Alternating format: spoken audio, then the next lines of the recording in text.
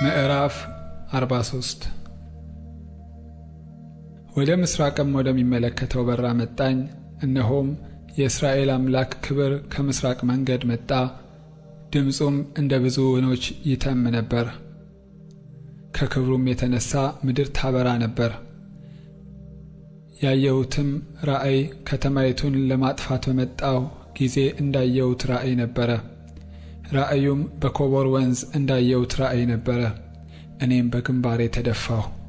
የእግዚአብሔርም ክብር ወደ ምስራቅ በሚመለከት በር ወደ መቅደሱ ገባ። መንፈሱም አነሳኝ፣ ወደ ውስጠኛውም አደባባይ አገባኝ። እነሆም የእግዚአብሔር ክብር መቅደሱን ሞልቶት ነበር። በመቅደሱም ሆኖ የሚናገረኝን ሰማሁ።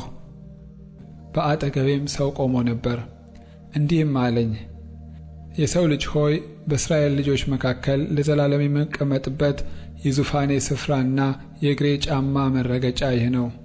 ዳግመኛም የእስራኤል ቤትና ነገሥታቶቻቸው በግልሙትናቸውና በከፍታዎቻቸው ባለው በነገሥታቶቻቸው ሬሳ ቅዱስ ስሜን አያረክሱም። መድረካቸውን በመድረኬ አጠገብ መቃናቸውንም በመቃኔ አጠገብ አድርገዋልና። በእኔና በእነርሱም መካከል ግንብ ብቻ ነበረ። በሰሩትም ርኩሰት ቅዱስ ስሜን አረከሱ። ስለዚህም በቁጣዬ አጠፋዋቸው። አሁንም ግልሙትናቸውንና የነገሥታቶቻቸውን ሬሳ ከእኔ ዘንድ ያርቁ፣ እኔም ለዘላለም በመካከላቸው አድራለሁ።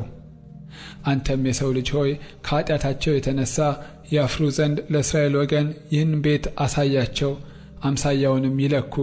ከሠሩትም ሥራ ሁሉ የተነሣ ቢያፍሩ የቤቱን መልክና ምሳሌውን፣ መውጫውንም መግቢያውንም፣ ሥርዓቱንም ሕጉንም ሁሉ አስታውቃቸው። ሥርዓቱንና ሕጉን ሁሉ ይጠብቁ ዘንድ ያደርጉትም ዘንድ በፊታቸው ጻፈው። የቤቱ ሕግ ይህ ነው። በተራራው ራስ ላይ ዳርቻው ሁሉ በዙሪያው ከሁሉ ይልቅ የተቀደሰ ይሆናል። እነሆ የቤቱ ሕግ ይህ ነው። የመሠዊያውም ልክ በክንድ ይህ ነው። ክንዱም ክንድ ተጋት ነው።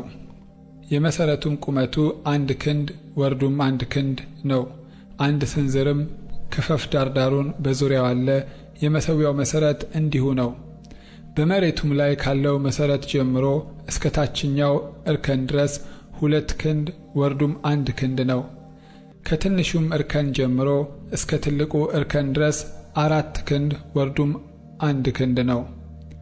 ምድጃውም 4 ክንድ ነው። በምድጃውም ላይ 1 ክንድ ወደ ላይ ከፍ የሚሉት 4 ቀንዶች አሉበት። የምድጃውም ርዝመት 12 ክንድ ወርዱም 12 ክንድ ነው። 4ቱም ማዕዘን ትክክል ነው። የእርከኑም ርዝመት 14 ክንድ ወርዱም 14 ክንድ ነው። 4ቱም ማዕዘን ትክክል ነው። በዙሪያውም ያለው ክፈፍ እኩል ክንድ ነው። መሠረቱም በዙሪያው 1 ክንድ ነው። ደረጃዎቹም ወደ ምስራቅ ይመለከታሉ። እንዲህም አለኝ፣ የሰው ልጅ ሆይ ጌታ እግዚአብሔር እንዲህ ይላል፣ የሚቃጠለው መሥዋዕት ያቀርቡበት ዘንድ ደሙንም ይረጩበት ዘንድ በሚሰሩበት ቀን የመሠዊያው ሕግ ይህ ነው። ያገለግሉኝ ዘንድ ወደ እኔ ለሚቀርቡ ከሳዶቅ ዘር ለሚሆኑ ለሌዋውያኑ ካህናት ለኃጢአት መሥዋዕት የሚሆነውን ወይፈን ትሰጣቸዋለህ ይላል ጌታ እግዚአብሔር። ከደሙም ትወስዳለህ፣ በ4ቱ ቀንዶቹም በእርከኑም በ4ቱ ማዕዘን ላይ በዙሪያውም ባለው ክፈፍ ላይ ትረጨዋለህ። እንዲሁ ታነጻዋለህ፣ ታስተሰርይለትም አለህ። ለኃጢአትም መሥዋዕት የሚሆነውን ወይፈን ትወስዳለህ፣ በመቅደሱም ውጭ በቤቱ በታዘዘው ስፍራ ይቃጠላል። በሁለተኛውም ቀን ለኃጢአት መሥዋዕት የሚሆነውን ነውር የሌለበትን አውራ ፍየል ታቀርባለህ። በወይፈኑም እንዳነጹት እንዲሁ መሠዊያውን ያነጹበታል።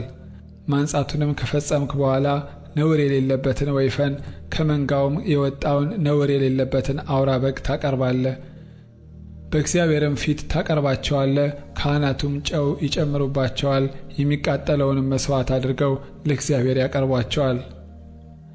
7 ቀንም በየዕለቱ ለኃጢአት መሥዋዕት የሚሆነውን አውራ ፍየል ታቀርባለህ።